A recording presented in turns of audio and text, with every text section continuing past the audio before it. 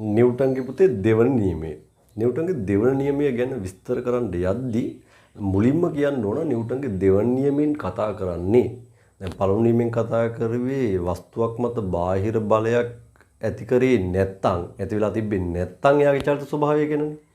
එතකොට දෙවන නියමයෙන් කියන්නේ වස්තුවක් මත බාහිර අසන්තුලිත බලයක් ක්‍රියාත්මක වෙනවා නම් එයාගේ චලිත ස්වභාවය ගැන විස්තර කරන්න.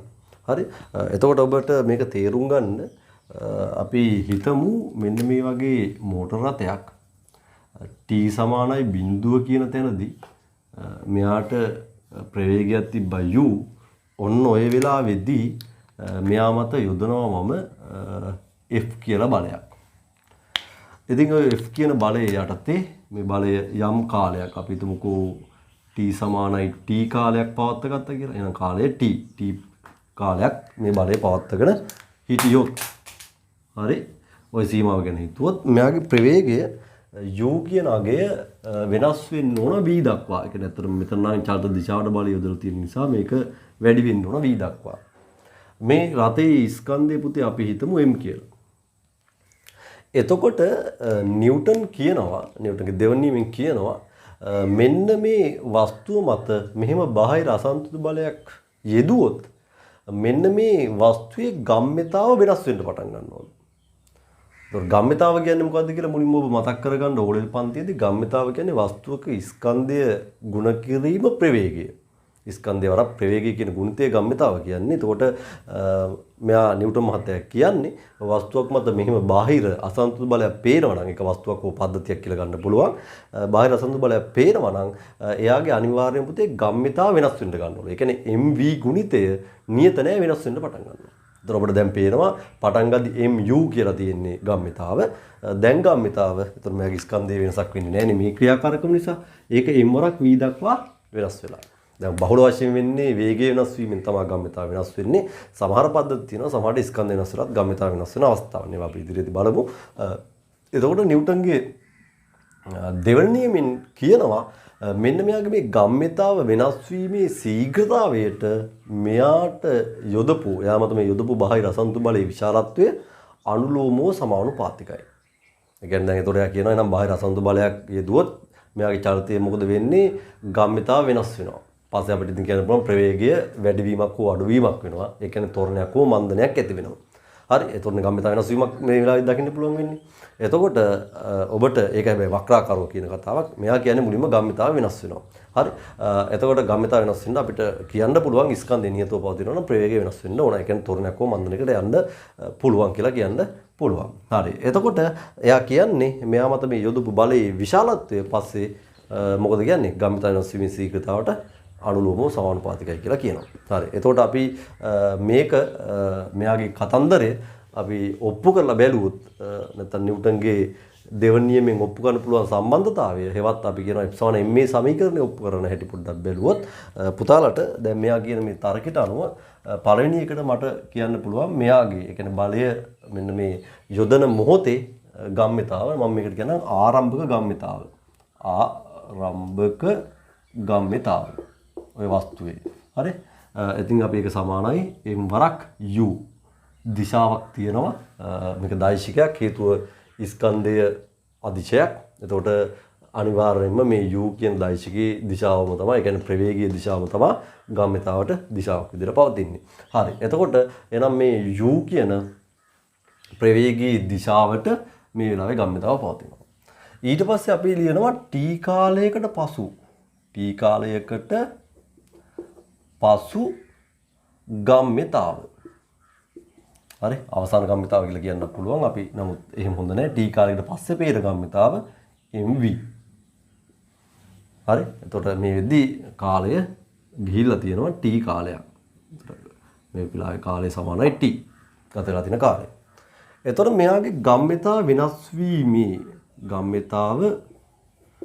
වෙනස් වීමේ ශීඝ්‍රතාවය ලිව්වොත් කතාවක්. ගම්මිතාව වෙනස් වීම ගන්න නම් පුතේ පසු ගම්මිතාවෙන් ඒ කියන්නේ වගේ t කාලයකට පස්සේ ගම්මිතාවෙන් පෙර ගම්මිතාව අඩු ගන්නවා. මේ තියෙන්නේ ගම්මිතාව වෙනසයි. පසු ගම්මිතාව අඩු වලින් පෙර ගම්මිතාව. මේක ශීඝ්‍රතාවක් කරන්න ඔබ දන්නවා කාලෙන් බෙදන්න. මොකද ශීඝ්‍රතාවයෙන් පෙන්නන්නේ තප්පරයකදී ගම්මිතාව කොච්චරකින් වෙනස් වෙනවද. නමුත් මත තියාගන්න ඔබ ගම්මිතාව වෙනස් වීමේ ශීඝ්‍රතාව කියන එක අදහස වෙන්නේ එක තප්පරයක් තුළ ගම්මිතාව කොච්චරකින් වෙනස් වෙනවද. එතකොට නිව්ටන්ගේ දෙවන නියමයට අනුව කියන්නේ වස්තුව මත යොදපු බලය මෙයාගේ ගම්මිතාව වෙනස් වීමේ ශීඝ්‍රතාවයට අනුලෝමව සමානුපාතිකයි. ඒත් එක්ක මේ ගම්මිතාව වෙනස පවතින දිශාවටම තමයි පුතේ මේ බලය පවතින්නේ කියලාත් අපිට අඳුරන්න පුළුවන්. බලය පවතින දිශාවටමයි ගම්මිතාව වෙනස් වෙන්නේ. හරි. එහෙනම් මෙන්න මේක තමයි නිව්ටන්ගේ දෙවන නියමයේ අදහස. ඉතින් අපිට ඒක ගණිතමය ප්‍රකාශනයක් විදිහට ලියන්න වෙන්නේ බලය ගම්මිතාව වෙනස් වීමේ ශීඝ්‍රතාවට මේ බාහිර අසන්තුලිත බලය ගම්මිතාව වෙනස් වීමේ ශීඝ්‍රතාවට අනුලෝමව සමානුපාතිකයි. එතකොට ඒකෙන් ඔබට F = ma සමීකරණය ඔප්පු කරන හැටි තව චුට්ටක් කියන්නේ මෙයා තව පොඩි වෙනස්කමක් කරන්න තියෙන්නේ. අපි ඒකත් අපි මෙහෙම බලලා ඊට පස්සේ නෝට් එක හදාගමු. ඒතර වීඩියෝ ලයින් වැඩි.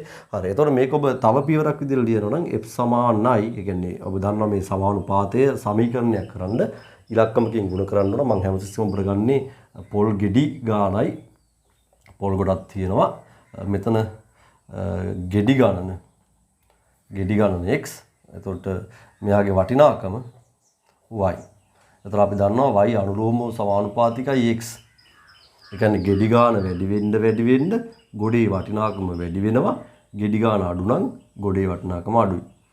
තාත්තට පොල් ගොඩ ලොකුවට පෙද්දී ගෙඩි ගාන වැඩි. ඒතකොට තාත්තට සතුටත් වැඩි. ඒ කියන්නේ සතුට අනුලෝමව සමානුපාතිකයි වටිනාකමට. හරි. එහෙම කියන්න පුළුවන්. හරි. මෙතනදී අපිට වැදගත් වෙන්නේ ගෙඩි ගාන අනුලෝමව සමානුපාතිකයි ගොඩේ වටිනාකම. හරි. ඔතනින් ඔබට කවදාවත් ගොඩේ වටිනාකම සමානයි ගෙඩි ගාන කියලා කියන්න බෑනේ. නේද? මම කවදාවත් කියන්න යන්න එපා පොල් ගොඩ නේද ගෙඩි 2000ක් තියෙනවා රුපියල් 2000ක් දීලා දැන් පොල් ගොඩ පටවන්න යනවා. නේද? තාත්තා අතර අහුවෙන ලොකම් පොල්ලෙන් අරුට ගහනවා. කවදාවත් අපිට ගොඩේ වටිනාකම ගෙඩි ගානට සමාන කරලා ලියන්න බෑ. ඔබ අනිවාර්යයෙන්ම දන්නවා අපිට ගොඩේ වටිනාකම ඒ කියන්නේ y අපේ ගෙඩි ගාන ගෙඩියක මිල ඒකට මම කියනවා k කියලා. ಗುಣ කරලයි වටිනාකම හදන්නේ. ගෙඩි ගාන ගෙඩියක වටිනාකමින් ಗುಣ කරාම ගොඩේ වටිනාකම හම්බ වෙනවා. එතකොට මෙන්න මේ k මෙතනින් පස්සේ ගෙඩියක වටිනාකම කියන එකට කියනවා නියතයක් කියලා. ඉතින් ඔබට සමීකරණවලදී ওই සංකල්පය තියෙන්නේ. එහෙනම් මේ තියෙන නිකන් පොල් ගොඩේ වටිනාකම වගේ. මේ තියෙන ගෙඩි ගාන වගේ. තාම ගෙඩි ගාන සමාන නෑ වටිනාකමට. මේක සමාන කරන්න නම් පුතාට සිද්ධ වෙනවා අනිවාර්යෙන් ගෙඩියක මිල හේවත් නියතයකින් ಗುಣ කරන්න. එහෙනම් k කින් ಗುಣ කරපු දාට k කියන නියතයෙන් ಗುಣ කරපු දාට පුතාට පේනවා මෙන්න සමීකරණයක් බොහොම ලස්සනට F සමානයි k mv ඍණ mu බෙදීම t. හරි. ඔතනින් ඔබට මේක සමීකරණේ k කියන නියතය හරි නිව්ටන් මහත්තයා බලයේ ඒකකයේ තාම ලෝකෙට බලයේ නිව්ටන් කියන ඒකකයේ ඇවිල්ලා නැහැ. හරි. බලයේ ඒකකයේ නිව්ටන් කියලා ඇවිල්ලා නැහැ. අන්න එතකොට මෙතනින් පස්සේ බලයේ ඒකකය ගැන කතා කිරීමක් කරනවා. මොකද්ද? අපි කියනවා මේ සමීකරණේ මෙහි k සමානයි 1 වෙන විදිහට. මෙහි k සමානයි 1 වන ලෙස බලයේ ඒකකය වන නිව්ටනේ අර්ථ දක්වනවා. කියන්නේ නිව්ටනයක් කියලා අර්ථ දක්වලා තියෙන්නේ මේ සමීකරණේ k කියන එක එකයි කියලා හිතාගෙන. මෙතන එකක් වෙච්ච දාට මෙතන මොන හරි ඉලක්කම් ටිකක් දාලා ගන්න එකකින් අපි නිව්ටනය හදා ගන්නවා. හරි. එතකොට එහෙනම් k සමානයි මෙතන අන්තිමේදී 1 වෙනවා. මොකද නිව්ටන් වල අර්ථ දැක්වීමට මැච් කරන්න ඕන නිසා. එතකොට දැන් මේ සමීකරණේ බලය එන්නේ නිව්ටන් වලින්. k එක දාපු සැනින් බලය නිව්ටන් වලින් එන්න පටන් ගන්නවා. එතකොට මේක ඔබගේ නිව්ටන් නියමයේ ඔප්පු කිරීමේ අතරමැද පියවරෙන් එන පළවෙනි සමීකරණය. මොකද්ද? බලය මුලින්ම මෙයා කිව්වේ ගම්මිතාව වෙනස් වීමේ ශීඝ්‍රතාවට අනුලෝම සමානුපාතිකයි. ඔව් අනුලෝම සමානුපාතිකයි වගේම තමයි k සමාන 1 වෙන විදිහට නිව්ටනේ අර්ථ දැක්වුවම ඔබට පේනවා බලය ගම්මිතාව වෙනස් වීමේ ශීඝ්‍රතාවට කෙලින්ම සමානයි කියලා ඔප්පු වෙනවා. හරි. මේ සමීකරණය අතිශයම වැදගත් ගැටලු අවස්ථාවන් මම ඉස්සරහට පෙන්නන්නම්. හරි. ඒත් එක්කම මෙයා තව චුටි සුළු කිරීමක් කරගෙන ගියත් පුතාට පුළුවන් මෙතනින් m එලියට ගන්න. m එලියට ගත්තොත් v ඍණ u බෙදීම t කියලා ඔබට වරහන් ඇතුළේ ඉතුරු වෙනවා. මේ m එලියට යනවා. මෙතනින් මේ m එලියට යනවා. ඒතකොට v ඍණ u බෙදීම t ඉතුරු වෙන්න ඕන. සමානයි f. ඒතකොට මෙතන v ඍණ u බෙදීම t කියන්නේ ප්‍රවේග වෙනස බෙදනවා කාලයෙන්. ඒ කියන්නේ ත්වරණය. හරි. එහෙනම් මේකට අපිට දැන් මේකේ ත්වරණය ඔතනින් පුතාට f සමානයි ma කියන වගේ දෙවෙනි සම්බන්ධය ඔප්පු වෙනවා. හරි. ওই දෙය තමයි පුතාගේ ලෝකෙට f සමාන ma කියන සමීකරණය නේද නිර්මාණය වෙලා එන්නේ නිව්ටන්ගේ දෙවන නියමය ආශ්‍රයෙන් ඔප්පු කරලා ගන්නවා නම් එතකොට මේක චුට්ටක් ඔළුවේ තියාගෙන අපි නෝට් එකට දාලා කාරණා ටික මුලින්ම සකස් කරගමු. හරි. එහෙනම් පුතාලා මම මුලින්ම දෙවන නියමයට අදාළව පොඩි ඉන්ට්‍රොඩක්ෂන් එකක් දෙන්න එතන ලෑස්ති කරලා තියෙනවා. පේලි දෙකක් පුතාලා ලියාගෙන යන්න මෙහෙම. නිව්ටන්ගේ දෙවන නියමෙන් වස්තුවක් මත බාහිර අසන්තුලිත බලයක් යෙදූ විට එහි චාරිත ස්වභාවය පිළිබඳව වස්තුවක් මත බාහිර අසන්තුලිත බලයක් යෙදූ විට එහි චාරිත ස්වභාවය පිළිබඳව විස්තර කරනු ලබයි. හරි. නියමය ලියාගෙන යමු. වස්තුවක් හෝ වස්තු පද්ධතියක් මත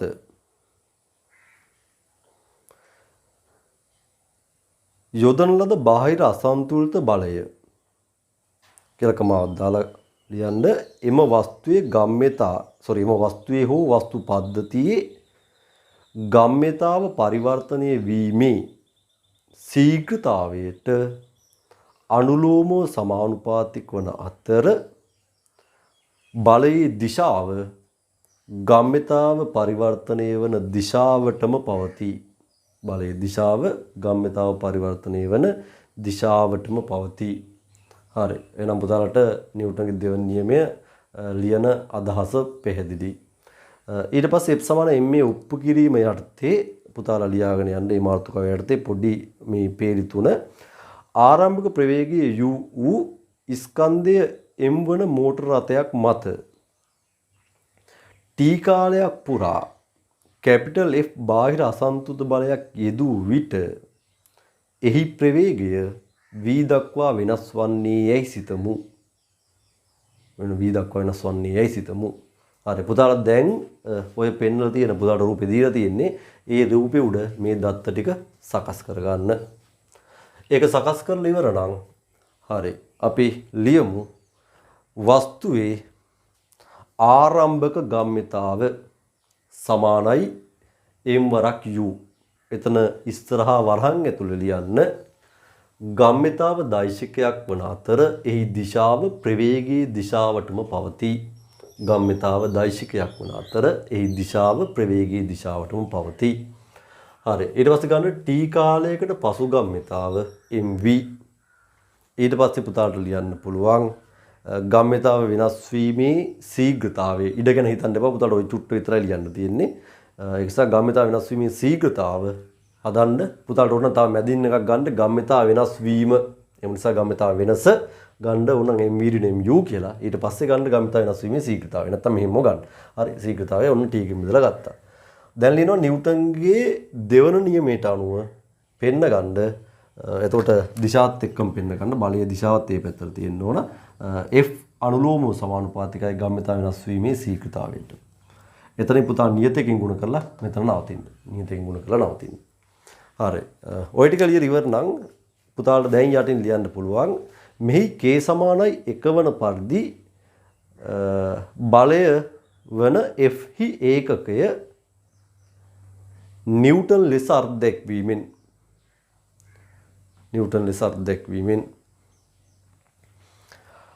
හරි. දැන් පුතාලා k සමාන 1යි කියලා අරගෙන සමීකරණය පෙන්න ගන්න k ට 1 දාලා මේක පළවෙනි සමීකරණය. ඊට පස්සේ නැවත වරක් මේක ලියාගෙන හරි නැත්නම් කෙලින්ම m උක්ත කරලා f = ma අරගෙන ඒකත් දෙවෙනි සමීකරණය කියලා නවත්ත ගන්න. හරි. එහෙනම් ඔය තමයි පුතාගේ f = ma දක්වා ඔප්පු කරද්දී අතරමැද පියවරකුත් වෙනවා. පුතාට ගම්‍යතාව වෙනස් වීමේ ශීඝ්‍රතාවට බලය සමානයි කියලා. හරි. එතකොට පළවෙනි මෙතන පොඩ්ඩක් තරුවක් දාලා ලියා ගන්න. ඔබට මෙන්න මෙතෙන් තරුවක් දාලා ලියා ගන්න. ඔප්පු කිරීමේ අතරමැද පියවරක් ලෙස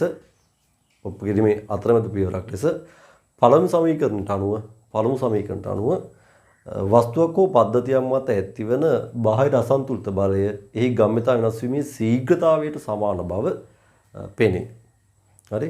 එතකොට පුතා ඒකත් පෙන්නගෙන සම්පූර්ණ කරගමු නෝට් එක. හරි. එහෙනම් ওই ටික පුතාලට පැහැදිලි නම් නිව්ටන්ගේ දෙවන නියමයට අදාළව අපිට ගණන් විසඳන්න අවශ්‍ය සමීකරණ දෙක උත්තරයි. ඔය දෙක තමයි අපිට මුලින්ම භාවිතා කරගන්න තියෙන්නේ.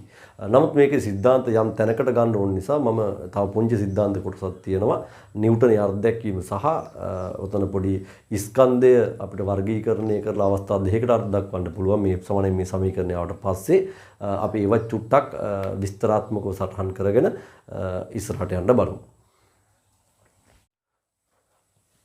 එතකොට පුතාලගේ නිව්ටන්ගේ අර්ධදැක්වීම කරලා තියෙන්නේ මෙහෙමයි. පුතාගේ කිලෝග්‍රෑම් එකක වස්තුවක් අරගෙන මෙයාට 1 ms ඍණ 2 තොරණයක් සුමට තලයක් උඩදී ලබා දෙන විදිහට අපිට බලයක් යෙදුවොත් ආන්ගේ බලය පෙන්වන්න පුළුවන් නිව්ටන් 1යි කියලා. ඉතින් අපිට සුමට තලයක් උඩ කිලෝග්‍රෑම් එකක් තියලා දුනු තරාදියක් ආධාරයෙන් නිව්ටන් එකක බලයකින් ඇද්දොත් එයාගේ තොරණ 1 ms ඍණ 2යි නැත්නම් තොරණ 1 ms ඍණ 2ක් වුණොත් තරාදී පාඨාංකය නිව්ටන් 1යි. අපි ඇයි කියලා බලමු. ඔයාලට F = ma කියන සමීකරණය මේ කිලෝග්‍රෑම් එකකින් ස්කන්ධය දැම්මොත් m කියන්නේ 1යි තොරණ 1 නම් 1 × 1 නිව්ටන් 1යි. මෙන්න මේ වෙලාවේ k දැන් මේ සමීකරණය ඔබට උනම් F = හරනම් kma නේ තියෙන්න ඕන. එතකොට ස්කන්ධ 1යි කිලෝග්‍රෑම් තොරණ 1යි ms ඍණ 2යි මේ වෙලාවේ තමයි k ට 1යි කියලා කියන්නේ. හරි. එතකොට දැන් එන උත්තරය 1යි කිලෝග්‍රෑම් ms ඍණ 2යි ඕක සරල සමයි නිව්ටන් කියලා අරගෙන තමයි නිව්ටන් 1 කියන එක මෙතන අර්ථ දක්වලා එන්නේ. හරි. එහෙනම් මේ චුට්ට පුතාලා පොඩ්ඩක් සටහන් කරගන්න ඕන. මුලින්ම රූපේ අඳින්න කලින් මාතෘකාවට අදාළ පොඩි විස්තර කිරීමක් ලියලා රූපේ ඇඳලා මේ ටික පෙන්න ගන්නයි යන්නේ. පුතාලා ලියන්න මෙන්න මෙහෙම ස්කන්ධ කිලෝග්‍රෑම් එකක් වන. එතකොට නිව්ටන්ගේ අර්ධදැක්වීම යටතේ ලියන්න යන්න. ස්කන්ධ කිලෝග්‍රෑම් එකක් වන වස්තුවකට 1 ms ඍණ 2ක තොරණයක් ලබා දීමට යෙදිය යුතු බලය නිව්ටන් 1 නැත්නම් නිව්ටන් 1ක් ලෙස අර්ථ දක්වයි. හරි. යෙදිය යුතු බලය නිව්ටන් 1ක් ලෙස අර්ථ දක්වයි. පුතා රූපය ඇඳ ගන්නවා. ඇඳගෙන ලියන්න F = ma ට අනුව මෙයට අනුව ආදේශ කරගන්න. මෙතන 1යි නිව්ටන් k ට එතකොට 1 දාලා පෙන්නගන්න. F = ඇත්තට kma කියලා ගන්න. අර k කියන නියතේ තියාගෙනම ඔයාලට පොඩ්ඩක් පෙන්වන්න පුළුවන්. එතකොට k 1ක් කියලා දාලා මෙයයි 1 1 වෙද්දි තමයි වගේ නිව්ටන් 1 වෙන්නේ. එතකොට k 1යි කියලා භාවිතා කරේ ওই විදිහට කියන එකත් තේරුම් ගන්නයි මම ඒක එහෙම පෙන්නුවේ. හරි. එහෙනම් පුතාලට ඒ ටික පැහැදිලි නම් ඊගාවට අපිට තියෙන්නේ ස්කන්ධය පිළිබඳව අර්ථ දැක්වීමක් දෙන්න. හරි. එතකොට ස්කන්ධයේ අවස්ථාවන් දෙකක් තියෙනවා. අපි ඒ අවස්ථාවන් දෙක පිළිබඳව පොඩ්ඩක් බලලා ඉමු. පුතාලට වස්තුවක ස්කන්ධය හොයන්න පුළුවන් පුතේ ක්‍රමවේද දෙකක් ගැන විස්තර කරන්න පුළුවන්. එක ක්‍රමයක් තමයි මේ වගේ සුමට තලයක ස්කන්ධය දන්නේ නැති වස්තුවක් තියලා අපි ඒක ස්කන්ධය m කියලා හිතමු. එයාව F බලයක් යොදලා අදිනවා. මේ යොදපු බලය තේරුම් ගන්න මෙයාගේ පාඨාංකයට සමානයි. එයි ඔයා තේරුම් ගත්තොත් මෙන්න මේ කොක්ක මත ඇති කරපු ආතතිය. හරි. කොක්ක මත ඇති වෙන ආතතිය ඔබ දන්නවා F ට සමානයි. ඒතකොට මෙයාගේ පාඨාංකය කියන්නේ F. එහෙනම් දුරු තරදින් කියනම පාඨාංකය අරගෙන තොරණයේ මොනවා හරි ආකෘතියක් හදාගෙන මැනගත්තොත් හරි. ඒවට ඔය ක්‍රමවේද තියෙනවා. ඉස්සරහ තිබ්බ ටිකිපටි පාවිච්චි කරන්න පුළුවන්. දැන් නම් ඒවා සිලබස් එකේ නැහැ. ඉතින් මොනවා හරි ක්‍රමයකට තොරණය හොයාගත්තොත් පුතාට F = ma. හරි. මේ සම්බන්ධය භාවිතා කරොත් මේ ස්කන්ධයට පුතාගේ ස්කන්ධයේ m ලැබෙනවා F බෙදීම a කියලා. මොකද දැන් ඔබ F දන්න පදයක්. ඒත් දන්න පදයක්. ඔහොම ගණනය කරපු ස්කන්ධයකට මෙතනින් පස්සේ කියනවා අවස්ථිතික ස්කන්ධයක් කියලා. අවස්ථිතික ස්කන්ධයක් කියන්නේ මෙයාගේ මෙන්න මේ චලිතයේ නිශ්චලතාවයේ ඉඳන් ඔයාගේ තොරණ අවස්ථාවකට අරන් යද්දී එයාගේ ස්කන්ධයේ අනුව මෙයාව අදින්න ඕන බලය තීරණය වෙනවා. ඒ කියන්නේ මෙයාට යම් තොරණයක් දෙන්න අවශ්‍ය බලය ස්කන්ධය අනුව තීරණය වෙනවා. ඒ කියන්නේ සරලව කිව්වොත් මෙයාගේ චලිතය වෙනස් කිරීම ස්කන්ධය මත රඳා පවතිනවා. ඒ කියන්නේ ස්කන්ධය වැඩි නම් චලිතය වෙනස් කරන්න අවශ්‍ය බලයත් වැඩි. ඒ කියන්නේ අපි එකම තොරණයක් මේ ඔයාලට මෙතන හිතන්නකෝ තොරණය එකක් කරන්න එක තොරණයක් දෙන්න. තොරණය ඒ සමාන 1 වෙන්න ඔයාලට ස්කන්ධය වැඩි වෙද්දි යොදන්න වෙන බලයත් වැඩි. ඒකට මේ සමීකරණයෙන් එක පේනවා. ඒ කියන්නේ ස්කන්ධය වැඩි නම් අපි 1 ms ඍණ 2 කියන තොරණයක් ලබා දෙන්න යොදන්න ඕන බලයත් ස්කන්ධය වැඩි වස්තුව සාපේක්ෂව වැඩි. අන්න ඒක නිසා අපි කියනවා මේක අවස්ථිතික ස්කන්ධයක් කියලා. හරි.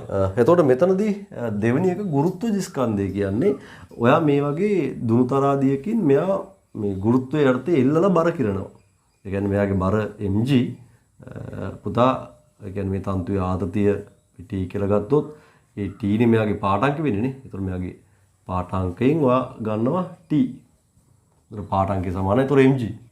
හරි. ඔතනින් පුතාට t සමානයි mg කියලා අරගෙන ඔතනින් m ගණනය කරනවා t බෙදීම g. අපි ඒක මෙතනත් f කියලාම ගමුකෝ ඔන්න. හරි. එහෙම වුණොත් ඔයාලට ලියන්න වෙන්නේ f සමානයි mg. මෙතන මෙයාගේ සමතුලිතතාව ගැන හිතලා ලියුවත් කමන්නේ. f ඔබ පාඨාංකයක් විතර අරන් තියෙන්නේ. ඔබ ගුරුත්ව ත්වරණය දන්නවා. ඒ දෙක පාවිච්චි කරලා ඔබ ස්කන්ධය ගණනය කරොත් ඕකට කියනවා ගුරුත්වජ ස්කන්ධයක් කියලා. ඒ කියන්නේ ඔබ ගුරුත්වය දෙස රැඳ ගන්නා වූ බලය උපයෝගී කරගෙන ගුරුත්වජ ත්වරණය භාවිතා කරමින් ඔබ ගණනය කර ගන්න නම් ස්කන්ධයක්. ඒක මෙතෙන් පටන් ගුරුත්වද ස්කන්ධයක් කියලා කියමු. හරි. එතකොට ඔබ සාමාන්‍යයෙන් තරාදියකින් කම්පයා කරලා ගන්නේ ගුරුත්වය යටතේ දුණු තරාදියකින් මෙල්ල ගන්න මේ ස්කන්ධය මෙතනින් පස්සේ අපි ගුරුත්වජ ස්කන්ධය විදිහට ඔළුවේ තියන් ඉමු. ඒතකොට ස්කන්ධය අපිට විදිහ දෙකකට අර්ථ දක්වන්න පුළුවන්. මේක ඉතින් ඔබට වස්තුව ගොඩාක් ලොකු නැත්තම් ඔබගේ වස්තුව ගොඩාක් ලොකු වස්තුවක් නොවේ නම් වාගේ මේ ස්කන්ධ දෙක කොතනින් ගත්තත් වැරද්දක් නැහැ. නමුත් වස්තුව ප්‍රමාණය ගොඩාක් ලොකු වුණොත් වාගේ ගුරුත්වයට තේ බර කිරද්දී ගුරුත්වයේ මෙන්න මේ g කියන අගය තැනින් තැනට වෙනස් වෙන නිසා අපිට මේකේ එන උත්තරය සහ මේකේ එන උත්තරය වෙනස් වෙන්න පුළුවන්. හරි. දැන් අපි ඔබ හිතන්නකෝ ලොකු නේද කිලෝමීටර් ගාණක් උස නැත්නම් දිග වස්තුවක් තියෙනවා.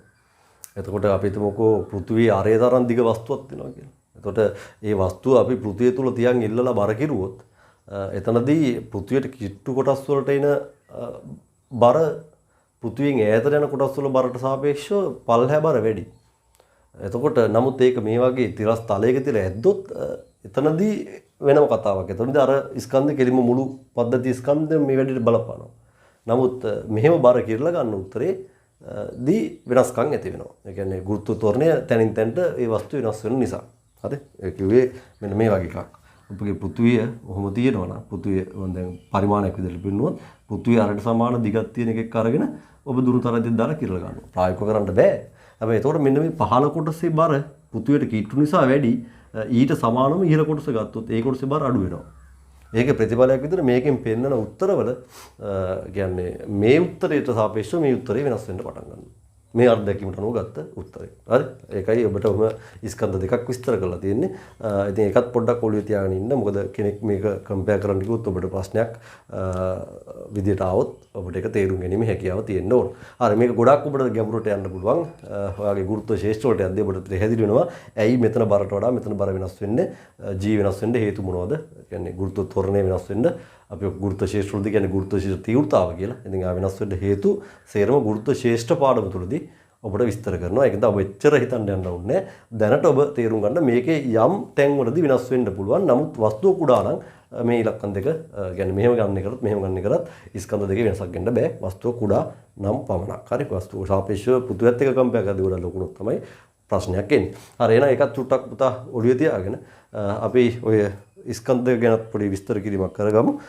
අවස්ථිතික ස්කන්ධයේ පැත්තේ පුතා රූපය අඳින්න මම ආයෙ පොඩි ඉඩ දීලා තියෙනවා. රූපය ඇඳලා දකුණු පැත්තෙන් ලියාගෙන යන්න මෙහිම වස්තුවක් මත F බලයක් යෙදූ විට එය A තොරණයක් ලබයි නම් පරික්ෂණාත්මකව F හා A සෙවීමෙන් ලියන්න F සමාන m ට අනුව m සමාන F බෙදීම A ලෙස ගණනය කළ හැක. F සමාන m යෙදීමෙන් m සමාන F බෙදීම A ලෙස ගණනය කළ හැක. ලියන්න මෙලෙස ගණනය කළ ස්කන්ධය අවස්ථිතික ස්කන්ධයක් නම් වේ. මෙලෙස ගණනය කළ ස්කන්ධය අවස්ථිතික ස්කන්ධයක් නම් වේ. හරි. ගුරුත්වජ ස්කන්ධය. පුතාලා මේ රූපය අඳ ගන්න. මේක ඕනේ. හරි. ලියන්න මෙහෙම.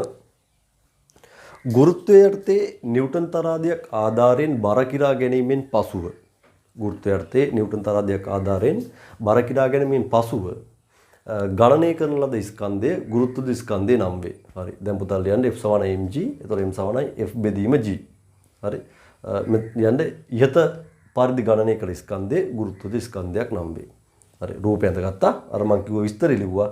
මේක ලියලා ආයේ මේක පෙන්නනවා. හරි. එහෙනම් වීඩියෝ එක නවත්තලා ඔය කිව්ව කාරණා ටික ගලපලා නෝට් එකට හදාන්න. මම චුට්ටක් වේගෙන් කිව්වා වගේ දැනෙයි. නමුත් ඔබට වීඩියෝ එක නවත්තීමේ ෆැසිලිටි ටික තියෙන නිසා මම එහෙම කියන්නේ. මට චෝදනා කරන්න එපා. මොකද මම ඔබට බලන්නේ හැමතිස්සෙම අඩු ඩේටා ප්‍රමාණයකින් අඩු කාලයක් තුල වැඩි වැඩක් ඔබට ආවරණය කරලා දෙන්න අපි ඒක බොහොම සාර්ථකව යමින් යනවා. මාසයකට සෙෂන් 8ක් දෙද්දී අපි පැය එකමාර්ග සෙෂන් එකක් දෙද්දී දැන් මේ අද කරපු ටික සාමාන්‍ය පන්තියක් කරුවා නම් ඔබට අනිවාර්යෙන් පැය 3කට ආසන්න ප්‍රමාණයක් යනවා. මොකද මේ රූප ඇඳ කරන්න යද්දී සාමාන්‍ය පන්තියක ඉතින් කාලය යනවා. හැබැයි සාමාන්‍ය පන්තිය නමුත් වඩා මේක හොඳයි කියලා මම කවදාවත් කියන්නේ නැහැ. මොකද ඒ වෙලාවේදී ඔබගේ වැඩ කරනවද නැද්ද කියන එක බලනවා. අපි ඔබත් එක්ක සාකච්ඡා කරනවා. ඔබගේ අඩුපාඩු හදනවා. ඔබගේ මොරාල් එක බූස්ට් වෙන්න අපි යම් නේද කතන්දර කියනවා. ඔබගේ මේකට උත්තේජනයක් තියෙන්න බෑ පුතේ. හැමතිස්සෙම දරුවෝ මේක කාලයත් එක්ක අත්හැර දාන්න බලනවා. එතකොට ටියුෂන් ගුරුවරු විදියට හරි ඕනම ගුරුවරයෙක් අනුගමනය කරන දෙයක් තමයි ළමයා විෂය තුල ළමයාගේ කැමැත්ත පවත්වා ගැනීම සඳහා අපි හැමතිස්සෙම එයාට උපදේශනය කරන්න ඕන. නැත්නම් එයාගේ අපි කියන මොරාල් එක වැඩි වෙන්න අපි ඔබට කතා කරනවා. හරි? ඉතින් අපි එවැනි දේවල් වීඩියෝ එකක් ඇතුලේ කරේනිම නැහැ. කරන්නෙම නැති තරම්. ඒකට හේතුව වෙන්නේ ඉතින් ඔබගේ මේ ඩේටා ප්‍රශ්නය. නමුත් අපේ වීඩියෝ එක ඔබ කවදාවත් ඩේටා ප්‍රශ්නයක් එන්න බෑ. YouTube එකේ පැකේජ් එකක් දාගෙන මේක බලන්න. එතකොට ඩේටා ප්‍රශ්නයක් අපිට කියන්න බෑනේ. රුපියල් 249 ඉඳන් පැකේජ් එකක් තියෙනවනේ. 249 පැකේජ් එක දාගත්තොත් මගේ වීඩියෝ ඔක්කොම ඔබට මාසෙකට බලා ගන්න පුළුවන්. ඉතින් ඒ වගේ ඔබට හැම පැත්තෙම ඔබව සුරක්ෂිත කරලා තමයි මේ පවතින වත්මන් තත්ත්වයට පුතාලට අපි මේ ඉගෙනීම් ටික කරන් යන්නේ. ඉතින් ඒකත් හොඳට තේරුම් අරගෙන සහ මේක අපි නිකන් Zoom තාක්ෂණය ඔස්සේ දිගටම අරගෙන යන්නේ නැතුව මෙහෙම කරේ අපේ පන්තිවල සම්බන්ධ වෙන සමහර දරුවන්ට Zoom තාක්ෂණය ඔස්සේ සම්බන්ධ වෙන්න බැරි ප්‍රශ්න තියෙනවා. එතකොට එවැනි වීඩියෝ එකක් ඒගොල්ලන්ට ආයෙ නැවත ලබා දෙද්දී අපිට වීඩියෝ එඩිටිං කිරීම කචල්. එතකොට වීඩියෝ එකේ ක්වොලිටි එමදි. ඉතින් ඒක නිසා මෙහෙම වීඩියෝ එකකින් ඔබට එකවරක් නෙවෙයි වාර කිහිපයක් නැවත රිෆර් කරන්න පුළුවන්. දැන් Zoom තාක්ෂණය ඔස්සේ අපි කරනවා නම් පැය 3ක මේ පන්තියම දැන් මේ ටිකම අපි පැය 3ක විතර පන්තියක්. මොකද ඔබ දැන් මෙතන ඔබට පේන්නේ නැහැනේ මම බෝඩ් එක මකන ඒවා. ඔබට පේන්නේ නැහැනේ මම රූපන්ති දේවා. නේද? එතකොට ඔබට මම නෝට් එක ලියා ගන්න ඔබ ලියනකම් හරිද පුතේ කීක බල බලන් ඉන්නේ නැහැනේ. ඉතින් ඒ කාල ටික එකතු කරද්දී මේ වැඩේ යනවා අපිට පැය 3ක විතර. එතකොට සතියට එවැනි පැය 3ක් කරොත් මට හිර වෙච්ච සිලබස් එක තවත් හිර වෙන්න ගන්නවා.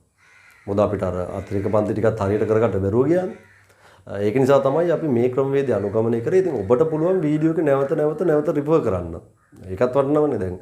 Zoom තාක්ෂණය ඔස්සේ කෙරුවොත් හැම ළමයාටම රෙකෝඩින් වීඩියෝ එක අපි දෙන්නේ නැහනේ. අපි ඒකට සම්බන්ධ වෙන්න බැරුව ගිය කෙනෙකුට දෙන්නේ. එතකොට එහෙම බලද්දී ඔබට මේ වීඩියෝ එක 3-4 පාරක් රිෆර් කරන්නත් පුළුවන්. ඉතින් සහ මේ වීඩියෝ එක අපි වෙනම එඩිට් කරන නිසා මේක ඇතුළෙම අපි යම් පැට්‍රිකල් එකක් වගේ තියෙනවා නම් විශේෂයෙන් මොකක් හරි පැට්‍රිකල් එකක් තියෙනවා ඔබට වීඩියෝ එකේ ඒක වම් පැත්තේ හරි දකුණු පැත්තේ හරි මම ඒ වෙලෙම ඊට අදාළ වීඩියෝ එක ප්ලේ කරනවා. දැන් ඔබේ අත්දැකීමෙන් දන්නවා මේවා. ඒ වගේ අපිට මේක තවත් ඔබට අපූර්ව විදියට දෙන්න පුළුවන්. ඇනිමේෂන් එහෙම භාවිතා කරලා මේක තවත් අපූර්ව විදියට දීම කරන්නත් පුළුවන් මේ ක්‍රමයෙන්. නමුත් මේක පිටිපස්සේ ලොකු මහන්සියක් අපිට තියෙනවා. පැය එකමාරක වීඩියෝ එකක් හදන්න අනිවාර්යෙන් දවසක් යනවා අපිට. හදලා එඩිට් කරලා ඊට පස්සේ මේක මෙයාගේ බයිට් එක ඩවුන් කරලා අප්ලෝඩ් කරලා නේද ඔබේ Google Classroom එක දක්වා දෙන්න ගොඩක් වැඩ තියෙනවා. ඉතින් ඒක පිටිපස්සේ මම මේ කියන්නේ අපි එච්චර කැපකිරීමක් කරද්දී පුතාලට මේක නිකන් ඩෝල්ට් කෙයා ඉඳලා ඉන්න බෑ. මේක පැත්තකට විසි කරලා ඉන්න බෑ. මොකද කොරෝනා වසංගතය ආවා කියලා ලෝකය දුවන එක නවතින්නේ නැහැ. ඒක නවත්තන්න බෑ. ලෝකය යන්නම වෙනවා ඉස්සරහට. මම ඔබට කලිනුත් පන්තියේ කියලා තියෙනවා මේක දිගටම කවදාවත් මේක අවුරුදු ගානක් තිබ්බොත් රට වහලා මේ වැඩේ කරන්නේ නැහැ කවුරුත්. දැන් ඔබට දැන් පේනවා ඒක තමයි යන්නේ. දැන් ඉස්කෝලේ පටන් ගන්න යනවනේ දැන් රටේ තත්ත්වය රිස්කි වුණාට ඉස්කෝලේ පටන් ගන්න යනවා. ඒතර අපේ වගකීම තමයි අපේ සුරක්ෂිතභාවය පවත්වා ගන්න ගමම්ම අධ්‍යාපනයේ බිඳ වැටෙන්නේ නැතුව පවත්වාගෙන යන්නේ. ඉතින් ගුරුවරු විදියට අපි ඒකට පුතාලට විවිධ උපක්‍රම පාවිච්චි කරමින් මේ විද්‍ය අධ්‍යාපනය ලබා දෙනවා. හැබැයි මේක දුරස්ථකරණයේ යටතේ මම කිව්වේ අපි පන්තියක් තුල තියෙන දුර්වලතාවය තමයි ඔබයි මායි මූණට මූණ කරන සාකච්ඡාව. වගේ මේකේ තත්වයක් නැහැ. විශේෂයෙන්ම ඔබ අපිට ගැටලුවක් අහනවා නම් ඒ ගැටලුව අහන්න තියෙන අවස්ථාව නැතුව ගිහින් තියෙනවා. නමුත් ඒකටත් මම ඔබට පාසල් ගෲප් හදලා දීලා තියෙන්නේ. ඒතකොට මේ ගෲප් භාවිතා කිරීමෙන් ඒ ප්‍රශ්නෙත් මම යම් තාක් ඔබව ගොඩ දාලා තියෙනවා. ඒතර මේ තියෙන තත්ත්වෙන් අපි යම් තාක් එතනත් සොලියුෂන් එකක් ඔයාලට දීලා තියෙනවා. ඉතින් මේ ඔක්කොම දේවල් පුතාගේ අධ්‍යාපනය රැකගෙන යන්න ඕන නිසායි අපි කල්පනා කර වඩාම හොඳ බෙස්ට්ම සොලියුෂන් එක නේද? එතකොට අපි අධ්‍යයනය කරලා බෙස්ට්ම සොලියුෂන් එකක් වාට ගෙනත් දෙන්නේ. ඉතින් අපේ දරුවෝ අනිත් දරුවෝ අතරින් කැපිපෙන දරුවෙක් කරගන්න ඕන නිසා ඉතින් ඒකත් ඔළුවේ තියාගෙන පුතාලා වැඩ ටික මහන්සිලා කරන්න කියලා ආරාධනා කරනවා පුතේ. එතකොට තමයි අපේ මේ ව්‍යායාමය සහ ඔබ ඔය වැය කරන මුදල් සහ ඔබගේ ශ්‍රමය කාලය සහ ඔබගේ මේ ජීවිතයේ මරණම්ම කාලය ගත වෙන්නේ කියලා මතක තියාගන්න. ඒ කාලයේ ඔබ මේ ගත කරන කාලය කුමක්ද කරන්නේ? ඊට අනුව තමයි අපිට 2022 අස්වැන්න නෙලන්න වෙන්නේ. හරි. ඉතින් මේ නෙලන අස්වැන්න බොල් අස්වැන්නක් කරගන්න මගේ කිසිම බලාපොරොත්තුවකුත් නැහැ. පුතාගේ හිතෙත් මම දන්නවා තුන් කොනේවත් එහෙම අදහසකුත් නැහැ. එහෙනම් අපි දෙන්නම එකතු වෙන්නේ එකම ඉලක්කයක් වින් කරන්න. ඉතින් මේ එකම ඉලක්කය ජයග්‍රහණය කරගන්න නම් මගේ පැත්තෙන් දෙන සපෝට් එක වගේම පුතාගේ පැත්තෙන් ලොකු වැඩක් කෙරෙන්න ඕන. හරි. මේවා ටික ඔක්කොම කිව්වේ තව ඔබට දැන් වැඩ මං ගණනාවක් දාලා තියෙනවා. තව සමහර අය මේකේ පළවෙනි දැන් මං වර්ගීකරණය කරලා ඉවරයි. සමහර අය මේ වෙද්දි තාම ඔයාගේ බලයේ පාඩමේ ඇසයින්මන්ට් ටික ඉවරයක් කරලා නැහැ.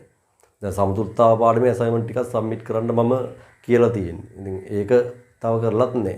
දැන් අපි නිව්ටන් නියමත් පටන් ගන්න ඉස්සරහට යනවා. ඒතකොට තව සතිය, ඒ කියන්නේ තව සෙෂන් දෙකක් යද්දී නිව්ටන් නියම වල ඔබට ඇසයින්මන්ට් ටික වැටෙන්න පටන් ගන්නවා. ඒ කියන්නේ දැන් මේක දීලා තව දවස් දෙකකින් විතර ඔබට ඊගාව ඇසයින්මන්ට් සෙෂන් එක එනවා.